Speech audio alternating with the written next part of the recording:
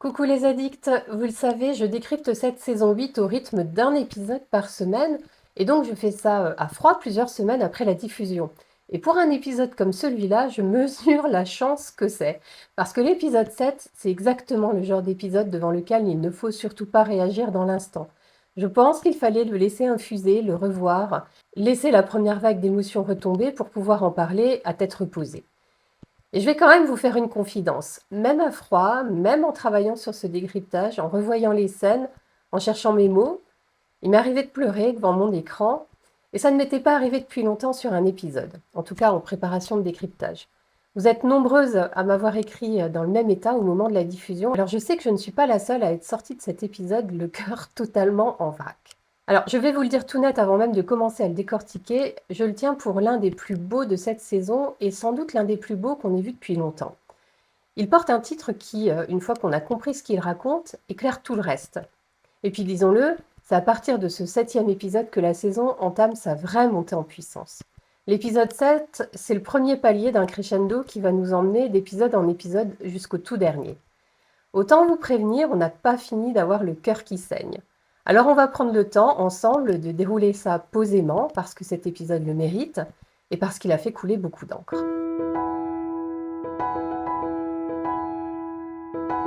En version originale, l'épisode s'appelle Evidence of Things Not Seen. La version française, La preuve des choses invisibles, est très fidèle. Mais regardons d'où vient cette phrase. Elle est tirée de la Bible, de l'Épître aux Hébreux, et c'est la définition même de la foi. La foi est la preuve des choses qu'on ne voit pas. Croire en ce qui n'est pas sous nos yeux.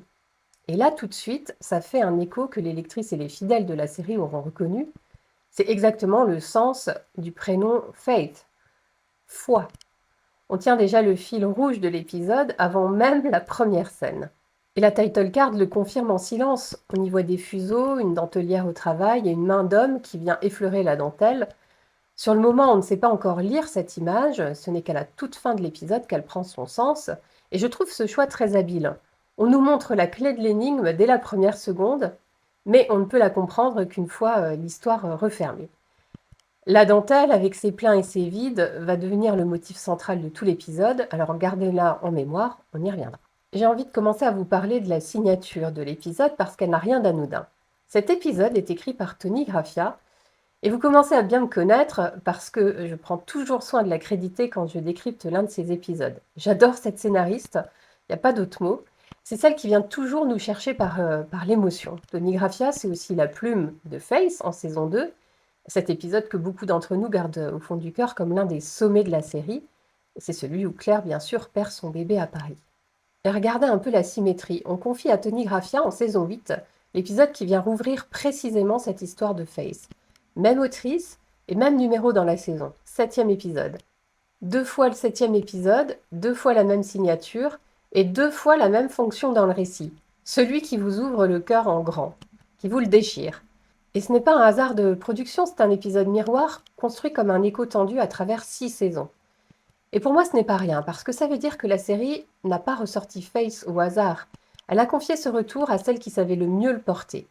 Tony Graffia a cette manière bien à elle d'aller chercher la corde sensible sans jamais la faire sonner faux, et je la trouve ici au sommet de son art. À la réalisation, c'est Tracy dire, et son travail est d'une grande maîtrise, en particulier sur la séquence de l'incendie, dont je reparlerai tout à l'heure. C'est César Downboy et Lauren Lyle qui le racontent en interview. Cette scène a été tournée en décor réel, en extérieur, avec de nombreux figurants, de vrais lances à incendie, la panique dans les rues. Rien de tout ça n'a été bricolé en studio et ça se sent. L'urgence est palpable, presque insoutenable. Côté interprétation, il faut saluer absolument tout le monde parce que personne ici ne se contente de bien jouer. César Downboy porte Fergus vers une intensité qu'on ne lui avait encore pas vue, rarement. Lauren Lyle est déchirante en Marsali, David Berry donne à Lord John une fêlure bouleversante, Sophie Skelton et Richard Rankin en Brianna et Roger tiennent des scènes d'une justesse folle, et je veux vraiment m'arrêter sur le tout jeune Benjamin Moore qui incarne Henri Christian. Cet enfant est bouleversant de vérité, il porte des scènes très lourdes sur ses épaules sans jamais en faire trop. Et je n'oublierai pas Florrie Mae Wilkinson qui continue de faire de Fanny l'une des plus belles révélations de cette dernière saison. Et Sam Yuan, enfin, donne à Jamie une gravité contenue qui m'a serré la gorge d'un bout à l'autre, et j'y reviendrai. Un mot sur le rythme, parce qu'il faut le dire tout de suite, cet épisode est extrêmement dense. Il enchaîne les événements sans presque jamais nous laisser reprendre notre souffle. Certains y verront un défaut, et j'entends l'argument, mais je crois moi que c'est un choix parfaitement assumé. On est happé, on est débordé, exactement comme les personnages le sont par tout ce qui leur tombe sur la tête. La série ne nous laisse pas respirer, et je ne suis pas certaine qu'elle ait voulu nous laisser respirer. Alors plutôt que d'y voir un trop-plein, je vous propose de le prendre comme une vague. On se laisse porter, on trie ses émotions après. Un dernier repère avant d'entrer dans le vif, tendez bien l'oreille dès l'ouverture. Bear McCreary signe un morceau intitulé King's Mountain qui accompagne Jamie sur la montagne. Et cette mélodie solennelle, presque suspendue, donne le ton de tout ce qui va suivre. On n'est pas dans un épisode d'action, on est dans un épisode qui vient solder des comptes avec le cœur.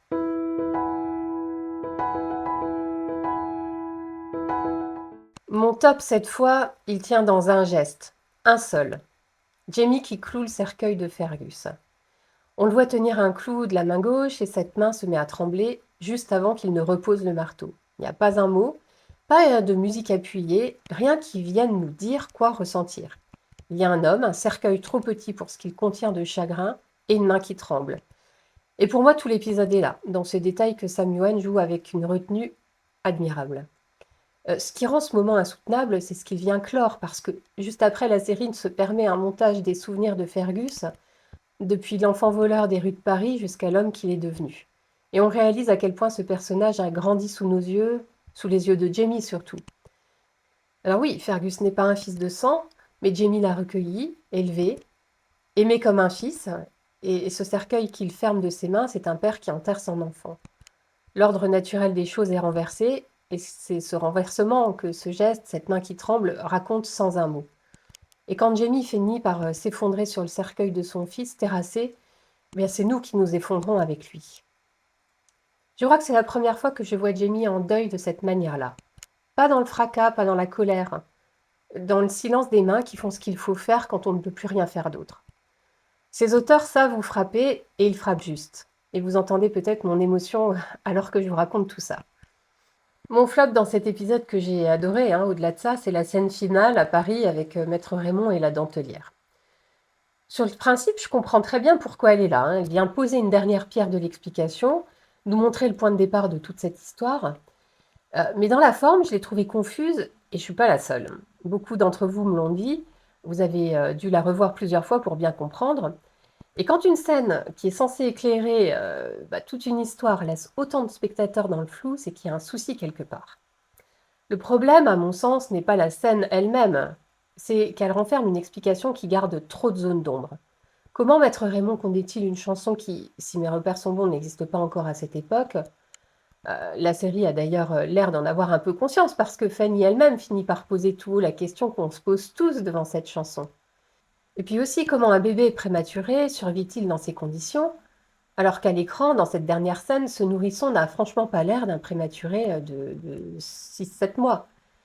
Autre question, que devient le rôle de mère Hildegarde là-dedans? On sort de l'épisode avec des réponses, oui, mais aussi avec une pile de nouvelles questions. Et cette fois, je ne peux même pas me raccrocher à l'idée que la série finira par éclaircir tout ça, parce qu'au moment où je vous parle, la saison est terminée. Vous avez tous vu la suite, et on ne reviendra pas sur ce qui se joue dans cette scène entre la dentelière et Maître Raymond. On peut la défendre, on peut la contester, là où les plus belles révélations de la série s'imposaient à nous comme une évidence. Alors, ça ne m'empêche pas d'adhérer émotionnellement à l'idée que Faith ait vécu, mais la mécanique, elle, me laisse totalement sur ma faim.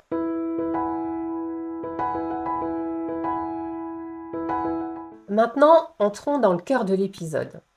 Et je vous propose de lire à travers son titre cette histoire de foi et de choses invisibles, parce que je trouve que plusieurs thèmes s'y rattachent. Le premier thème, c'est croire sans voir. Tout l'épisode tourne autour de ce qu'on ne voit pas, mais auquel on choisit de croire. Il y a d'abord l'énigme qui se dénoue autour de Faith, je viens d'en parler. Je ne vais pas vous refaire toute la mécanique, parce que si vous suivez mes décryptages depuis le début de la saison, vous savez que la série sème des indices là-dessus depuis plusieurs épisodes. Ce qui compte ici, ce n'est pas le rouage de la révélation, c'est ce qu'elle produit chez Claire et Jamie. Ils apprennent que leur fille, qu'ils ont cru perdue à sa naissance, a peut-être vécu, aimé, s'est mariée, est devenue mère à son tour, et qu'elle revenait vers eux quand le destin l'a fauchée. On leur rend l'idée de leur fille, pas leur fille. On leur donne la preuve d'une existence qu'ils n'ont jamais vue. La preuve des choses invisibles, littéralement. L'ironie est cruelle. Au moment même où Jamie passe chez cette dentelière à Paris, il entend un bébé pleurer sans savoir, sans jamais savoir. Et cette idée d'être passé si près, franchement, c'est bouleversant.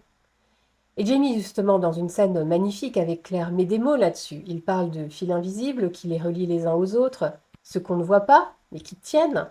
Et c'est exactement le cœur de l'épisode, ces liens qu'on ne perçoit pas et qui pourtant nous portent. Et dans cette même scène, Claire, terrifiée à l'idée de le perdre, se blottit contre lui. Jamie lui souffle Hold on to me, Claire. Accroche-toi à moi. Et elle répond simplement Always, toujours.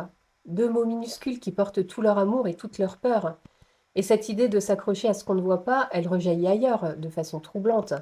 Cette nuit où Jamie se réveille en sursaut, où il sent que quelque chose vient de se produire avant même de savoir quoi, le cri de Marsali qui traverse la distance jusqu'à lui, Jamie perçoit ce que les autres ne voient pas encore. Encore une histoire de choses invisibles. Et il y a aussi ce très beau retour de Jane, la sœur de Fanny, en flashback. Et la manière dont il est amené est un vrai geste de cinéma. On commence par entendre la voix de Claire qui lit la lettre, la confession écrite, et puis insensiblement la voix de Claire s'efface derrière celle de Jane, et l'image bascule sur Jane elle-même en train de se confier au journaliste, filmée face caméra, comme si elle s'adressait directement à Fanny à travers le temps, ou directement à nous d'ailleurs. Et c'est un fil de plus qui vient s'entremêler aux autres, et ça rejoint le motif de la dentelle, des vies qui se tissent les unes aux autres. Il s'agit de la continuité de sa confession en prison à la fin de la saison 7, et je trouve ce choix d'une grande délicatesse. Celle qui n'est plus parle à celle qui reste. Encore une présence invisible qui veille. Et puisqu'on parle de Jane et Fanny, permettez-moi un sourire au milieu de tout ça. Il y a ce moment où Fanny, au cairn de sa sœur, lui parle doucement et glisse une petite remarque sur les talents de cuisinière de Claire. Un détail de rien du tout, mais ceux qui ont lu les romans forcément auront souri. La cuisine de Claire, c'est une plaisanterie qui traverse toute la saga. Et ce sourire posé au milieu du chagrin, franchement, ça fait du bien. Et ce premier fil, ce premier thème trouve son aboutissement auprès de Fanny, quand Jamie lui demande d'avoir foi en eux, alors même qu'elle a peur de perdre encore une fois tous ceux qu'elle aime. Il ne lui promet rien qu'elle puisse voir. Il lui demande de croire. Et Fanny y répond à sa manière en commençant un cairn pour Fergus et en appelant Jamie grand-père. Elle choisit de croire à cette famille qu'on vient de lui offrir. Voilà la foi de l'épisode. Non pas une affaire de religion, mais cette décision de tenir à ce qu'on ne peut pas prouver. Pour mon deuxième thème, que j'ai appelé ce qu'un père laisse en partant, je vais vous parler de Fergus. Et je veux le prendre par un angle précis parce que la mort d'un personnage, on l'a déjà vécu plusieurs fois dans la série.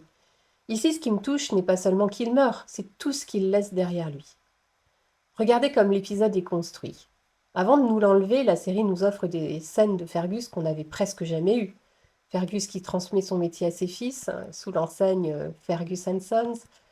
Fergus qui rassure Henri Christian sur sa différence, cet enfant qui se sent à part, en lui montrant la sienne, cette main qu'il a perdue. Un père qui dit à son fils Je sais ce que c'est que d'être différent, et regarde l'homme que je suis devenu. Et puis, il y a cette scène d'intimité entre Fergus et Marsali sur laquelle je veux vraiment m'arrêter, parce qu'elle est précieuse. Le couple vient de trouver encore une lettre de menace sur leur porte, un poème qui évoque une maison en flammes. Et au lieu de céder à la peur, ils en rient, ils se moquent, ils refusent de se laisser intimider, et puis ça glisse vers un moment de tendresse et de complicité dans leur chambre. C'est joueur, c'est drôle, c'est charnel, et surtout ça sonne vrai, ça sonne authentique. On ne les avait jamais vus comme ça. Et Lauren Line et César Dunboy le jouent avec une complicité qui crève vraiment l'écran. Cette scène a l'air d'un cadeau. On comprend seulement plus tard qu'elle était un adieu. Alors, il faut que je vous dise quelque chose, vous avez peut-être trouvé ça facile maintenant que la série est finie, mais la mort de Fergus, je l'avais senti venir. J'avais d'ailleurs prévenu quelques proches addicts en tout début de saison. Pas parce que j'avais lu un spoiler, car vraiment, pour le coup, rien n'a filtré, mais parce que, en tant que lectrice, je savais que l'incendie de l'imprimerie coûterait une vie, et puis parce que César a dit quelque chose lors du tapis rouge de la première qui m'a mis la puce à l'oreille. Alors j'ai jamais pu retrouver ce que c'était, parce qu'il y a eu tellement d'interviews que j'ai pas retrouvé la bonne. Mais dans une série comme celle-ci, quand on prend autant de soin à nous montrer un homme accompli, heureux, aimant, un mari, un père, un artisan fier de son métier, c'est rarement bon signe. Et c'est ce qu'on pourrait appeler son chant du cygne, on l'élève avant de le faire tomber. Et les menaces qui pesaient sur l'imprimerie depuis plusieurs scènes, depuis même carrément le premier épisode, ne laissaient guère de doute sur l'endroit où le coup allait tomber. Et l'incendie, justement, c'est une séquence de bravoure. Donc les deux jeunes garçons se retrouvent piégés sur le toit de l'imprimerie en flammes. Fergus monte les chercher, les fait redescendre avec une corde. Et puis il y a ce moment suspendu où Henri Christian lâche prise et tombe, où le cœur s'arrête avant que Roger ne le rattrape au vol. Les enfants sont saufs. Et c'est alors que le sol se dérobe sous Fergus et qu'il disparaît avalé par le feu. Depuis la rue, impuissante, Marsali voit tout et son cri, ce cri brut qui déchire l'écran et se prolonge jusque dans la scène suivante, restera, je crois, l'un des sons les plus déchirants de toute la série. Mais juste avant de tomber, il y a ce dernier regard, ce dernier sourire. On comprend que Fergus part en paix. Ses enfants sont saufs. Il a fait ce qu'un père doit faire. Ce que Fergus laisse, ce n'est pas un patrimoine. D'ailleurs, un peu plus tard, quand on propose à sa famille d'accepter un riche héritage, celui du comte, Marsali refuse parce que c'est ce que Fergus aurait voulu. Ce n'est pas de cela qu'ils veulent hériter. Ce qu'il leur laisse, c'est une manière de tenir debout. Et Henri Christian le dit d'ailleurs le lendemain matin quand il vient réveiller sa mère. La vie continue, on ne dépose jamais notre arme, la plume reste leur épée. Voilà l'héritage. Pas des biens, mais une devise et un exemple. Fergus est mort en héros. C'est une belle mort pour un personnage de fiction. Mon troisième thème, je l'ai intitulé Le clan qui se resserre. C'est un peu plus discret, mais au moment même où le clan perd Fergus, il se resserre et il s'agrandit. Il y a la grossesse de Brianna, qu'elle annonce à Roger, et la série s'amuse à rejouer presque à l'identique la scène de la saison 6. Roger évoque leur petite famille, tous les quatre, et Brianna reprend d'un simple mot 5. Le même bonheur discret quelques saisons plus tard. Et il y a Fanny qui entre officiellement dans la famille. Il y a cette phrase de Roger à Brianna, disant qu'elle vient de perdre son frère. Et en fait là, on comprend que le fait qu'il n'était pas son frère de sang ne change rien à l'affaire. C'était son frère. Et puis il y a cette complicité entre Marsali et Brianna, ces deux femmes qui, dans le deuil, se tiennent l'une à l'autre. On avait déjà entrevu ce lien en saison 6, quand Marsali avait deviné la grossesse de Brianna, mais on les avait rarement vues aussi proches. Le moment où Marsali pose sa tête sur les genoux de Brianna est d'une douceur qui désarme. Et puis il y a surtout cette phrase de Marsali qui m'a littéralement brisée. Elle n'a même pas un corps à serrer contre elle, rien que des cendres. Et la réponse de Brianna est d'une justesse bouleversante. Fergus étant chacun de ses enfants. En deux répliques, tout est dit sur le deuil et sur ce qui reste quand le corps a disparu. C'est pour moi l'une des scènes les plus émouvantes de la saison. Voilà, je repleure encore. Je veux aussi m'arrêter sur Roger parce que son rôle dans cet épisode est un très bel arc en soi. C'est lui qui rattrape Henri Christian dans sa chute, puis lui encore qui le porte dans ses bras à l'arrivée au Ridge, comme s'il ne voulait plus lâcher cet enfant. Et ce geste, c'est pas n'importe lequel. C'est exactement celui de son propre père qu'il avait jadis rattrapé, lui, enfant. Souvenez-vous aussi que Roger avait autrefois sauvé Henri Christian de la noyade et l'avait baptisé. Il y a là toute une chaîne de gestes qui se répondent d'une génération à l'autre. On se rattrape, on se porte, on protège les enfants des autres comme les siens. C'est la transmission en action dans un simple mouvement de bras. Il y a d'ailleurs une image qui résume tout ce mouvement et c'est Claire qui l'offre quand elle explique leur histoire à Fanny. Elle compare leur famille à de la dentelle. Une dentelle faite de plein et de vide, de fils qui se croisent et de trous qui font pourtant partie du dessin. Une famille trouée par les absences, mais qui tient précisément parce que ces fils continuent de se rejoindre. C'est le motif de la title card qui trouve là son sens, bouclé d'un bout à l'autre de l'épisode. Certains d'entre vous ont trouvé ce monologue de Claire à Fanny un peu long, un peu trop explicite, et je peux l'entendre. Mais l'image, elle, est très belle et elle m'a d'autant plus touchée qu'elle dit exactement ce que raconte l'épisode. Et tout cela converge vers le Ridge. L'arrivée est un montage presque muet. La charrette qui approche, Marsali qui s'effondre dans les bras de Jamie, et puis lui qui comprend tout sans un seul mot. C'est déchirant, et je dois quand même vous confier un petit bémol parce qu'il y a une voix off de Claire qui vient se poser sur ce moment, et cette voix off a fait débat, y compris chez moi.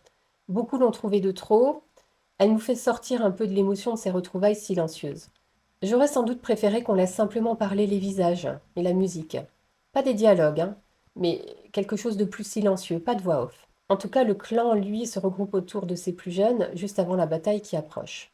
Perdre un fils et recevoir une petite fille dans le même souffle, voir une nouvelle vie s'annoncer sur une tombe encore fraîche, C'est ce battement de vie et de mort qui traverse l'épisode, et c'est peut-être ça au fond qui fait qu'Outlander nous tient depuis si longtemps. Ce n'est pas la grande histoire, c'est ce qu'elle fait au lien du quotidien. Je vais être tout à fait honnête avec vous sur cette dernière partie de l'épisode. De la chute de Fergus dans les flammes jusqu'à la scène du cairn où Fanny prend la main de Jamie, les larmes ne m'ont plus quittée. Tout ce segment n'est qu'une succession de dialogues magnifiques, de gestes forts, d'interprétations bouleversantes, rien que de l'amour d'un bout à l'autre. C'est de la très, très belle télévision. Mon quatrième thème, c'est la vérité qui fracture parce que on a déjà eu deux chocs, hein, Face, Fergus, mais il y en a un troisième dans cet épisode. Et il mérite qu'on s'y arrête parce qu'il a été un peu éclipsé par les deux autres, alors qu'il est lui aussi très fort. Lord John reçoit la visite de Percy, venu apporter des informations à propos de Richardson. John est seul, il a bu, il est ébranlé par tout ce qui lui tombe dessus. Et Percy, qui fut son amant autrefois, lui parle de leur passé, lui dit qu'il l'a aimé et l'embrasse. John ne le repousse pas, c'est un homme seul, blessé, qui cède un instant dans un mouvement de faiblesse. Et c'est précisément à cet instant que William les surprend. La dispute qui suit est d'une violence rare. William fait le lien avec Arnsmuir, avec cette époque où John était gouverneur pendant que Jamie était prisonnier, et il en tire des sous-entendus que John réfute en criant. Lui qui ne crie presque jamais. William traite son père de sodomite, et surtout il lui jette au visage une phrase d'une violence absolue: « Je n'ai pas de père ». Puis il claque la porte. Pour la deuxième fois de l'épisode d'ailleurs, hein. Il quitte la maison en furie. Le motif de la rupture est partout. Je dois te mesurer sur ce moment parce qu'il touche à des choses intimes et douloureuses. La révélation de l'homosexualité de Lord John à William n'a rien de gratuit. Contrairement à ce que certains ont pu dire, elle referme et rouvre en même temps toute la relation entre ce père et ce fils qui ne sont pas liés par le sang.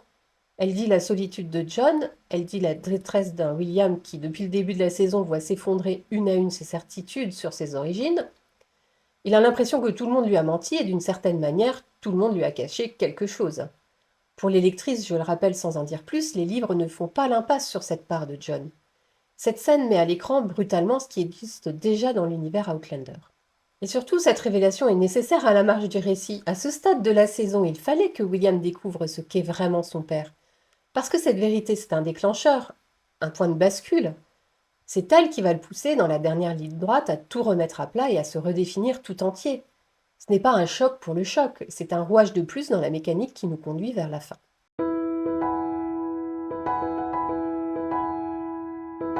Je ne peux pas décrypter cet épisode sans parler de ce qui a mis une partie du fandom dans une colère que, je vous l'avoue, j'ai eu du mal à comprendre.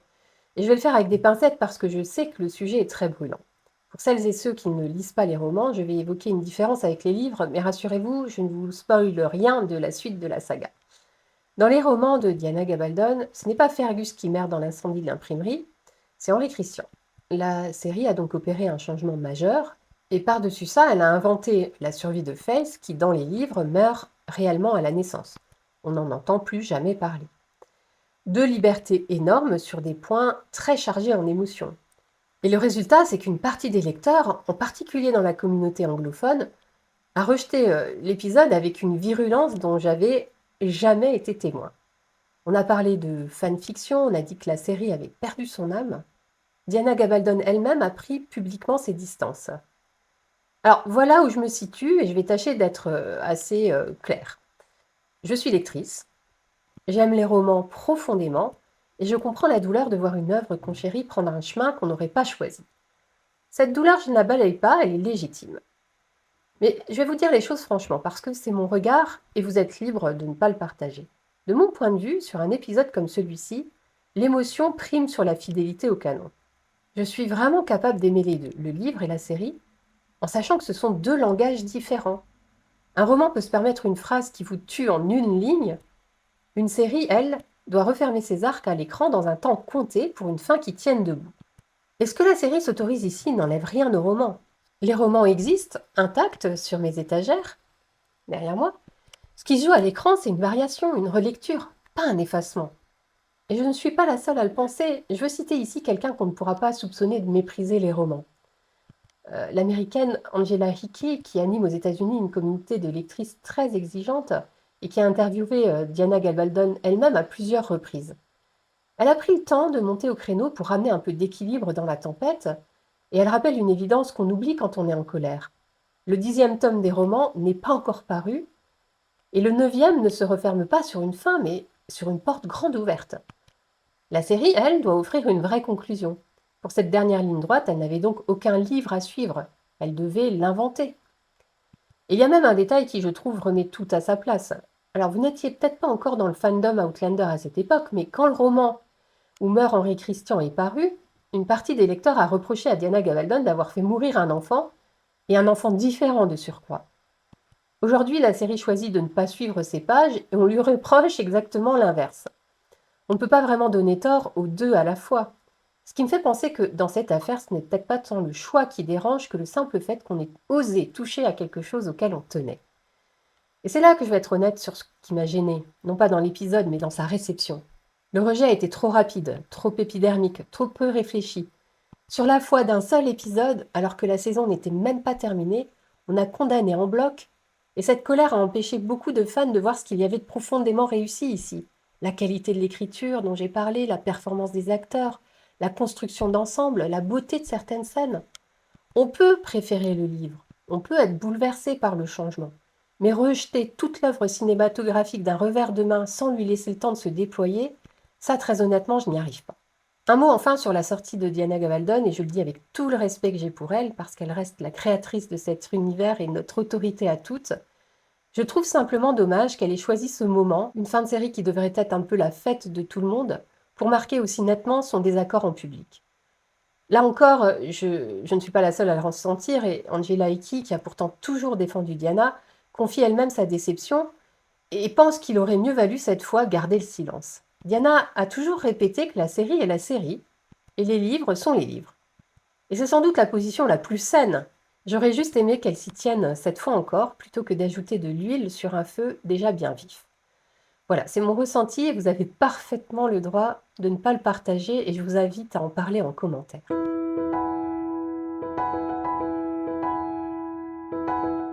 Avant de conclure, arrêtons-nous sur ce que l'épisode installe pour la suite parce qu'il ne fait pas que refermer des histoires, il en ouvre d'autres.